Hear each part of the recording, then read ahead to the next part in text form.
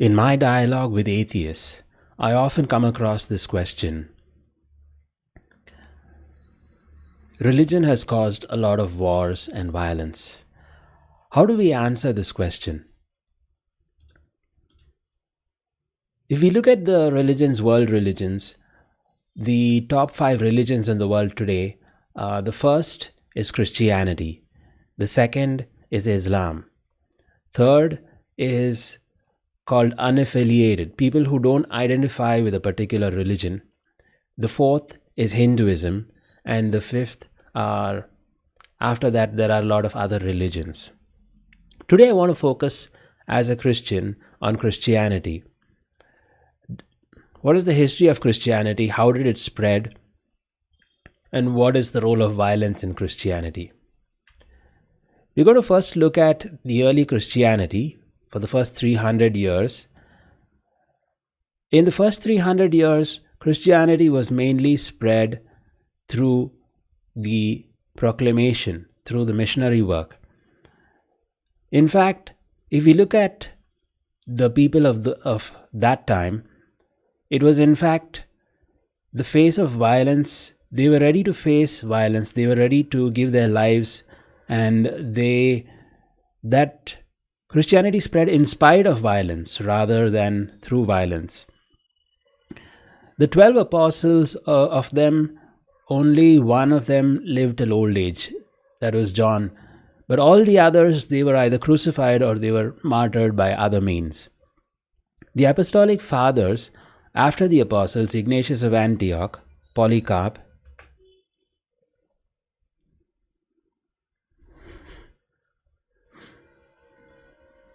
okay, let's get that again.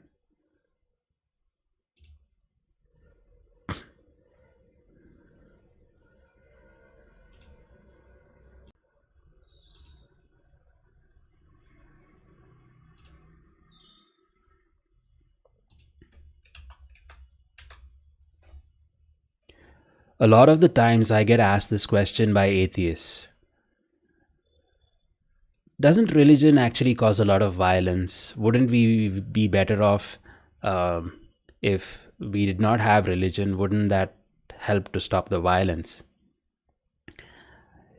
Let's answer this question today. The top five religions in the world are Christianity and Islam. They account for the majority of the world population. After that, we have people who don't identify with any particular religion, can call them unaffiliated, and that's followed by Hinduism and a whole lot of other religions. I want to focus on this topic as a Christian. Let's look first at early Christianity. For the first 300 years or so, Christians were living under the Roman rule. Christianity spread in spite of violence. Of the 12 apostles, only one of them lived and died a normal death. All the others were either crucified or martyred by other means. The apostolic fathers, after the time of the apostles, their successors, St. Ignatius of Antioch, for example, St. Polycarp of Smyrna, St. Ignatius boldly went to his death in the Colosseum, and he was ready to be eaten by the wild beasts. He in fact encouraged the fellow Christians, saying that I am the bread of Christ, and may I be ground by the teeth of the wild beast, so that I may become the pure bread of Christ. If we go look at the first 300 years of Christianity, there were several persecutions by Roman emperors. The Emperor Nero, from 37 to 68 AD, Vespasian, 69 to 79 AD, Domitian, 81 to 96 AD, Trajan, 98 to 117, Hadrian, 170 to 138 AD, Marcus Aurelius, 161 to 180, Maximinus the Thracian, 235 to 238, Decius, 249 to 251, Valerian, 253 to 260, Diocletian, 284 to 305. We're looking at persecutions throughout the first 3 centuries. a constant threat of Christian life, number of martyrs who are giving their blood for the faith. And this goes to show that they really know what they believe is true. Nobody would die for something if it were not true and if it did not make all the difference in the world. So Christianity really spread in spite of violence. In fact, St. Paul wrote a lot of letters. If we look at the New Testament, we have the letter to the Romans, the Corinthians, Thessalonians, Galatians, Philippians, Ephesians. And all of these letters are to all these different places, either cities or regions like Rome, Corinth, Ephesus, and so on. And all of these were communities that were formed in the first century itself. Christianity spread in spite of being under persecution through the first few centuries. Now, if we look at the Edict of Milan, how did Christianity finally get peace? It was because the Emperor Constantine converted to Christianity, and in the year 325 AD issued the Edict of Milan, and under this edict Christians could worship freely. Now let's move on to the time after the Edict of Milan. Christianity did have a time of peace, and it could the Benedictine order, for example, was established during this time, and Christianity could build up, and Christianity could have ecumenical councils, and that peace brought some stability within Christianity itself. But this was not to last for long. It was going to be about 300 years. We would see even an attack into to Rome itself. The Arab raid of 846 AD that occurred through. So let's go a little back, looking at Islam itself. So Prophet Muhammad, around the year 610 AD, he claims to have been visited by the angel Gabriel. Well, the fact is that his uncle owned a place of worship called the Kaaba, and this place there were Jews and Christians who used to come to worship. So he was exposed to these religions, and we see a lot of elements of Judaism and Christianity in Islam. For example, the sacrifice of Abraham sacrificing his son. In Christianity, in Judaism, it is Isaac who was sacrificed, but in Islam it is Ishmael. And there's a lot of connections, but there's also a lot of confusions in Islam and inconsistencies with Judaism and Christianity.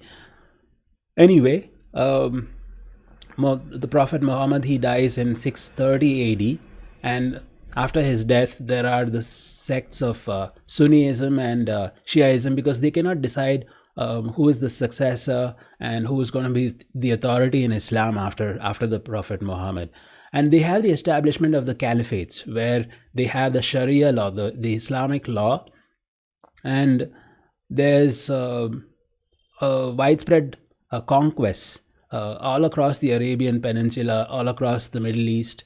Islam spreads. It spreads to Egypt and the North African countries, which are modern day Tunisia and Libya and Morocco. In the year 711 AD, Islam enters into the Iberian Peninsula. The Tariq ibn Ziyad defeats Roderick, and Islam is established in Spain. The Emirate of Sicily is formed in 831 AD, and now we have the Arab raid of Rome in 839 AD. They arrive at the Porto and Ostia, and they move up the Tiber River into Rome. Now, St. Peter's and St. Paul's outside the walls were noted as filled to overflowing with rich liturgical vessels and with jeweled reliquaries housing all of the relics recently amassed, among them the golden cross, Forum Hadriani, and the silver table given by Emperor Constantine.